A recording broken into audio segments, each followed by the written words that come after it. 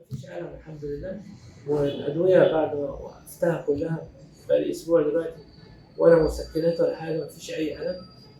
لكن طبعا آه، آه، أنا حاسس عشان أنا بقالي فترة طويلة أوي ما بلعبش رياضة.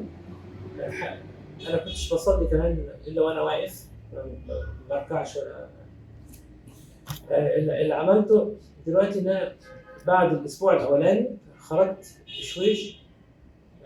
ما بجهدش نفسي أكتر من 70% المفروض يعني. و... بس هو يوم واحد أنا نسيت نفسي عند بابا لغاية الساعة 11 بالليل، قعدت فترة طويلة وروحت، فكان ظهري وجعني شوية بسيطة. نورمال طبيعي. إنما غير كده مفيش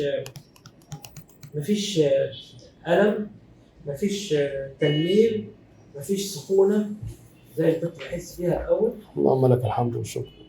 بدأت أصلي عادي من 3 أيام أو من 4 أيام. الحمد لله. أسجد وأركع وكده برضه عادي، مش يعني برجع تدريجيا زي الأول.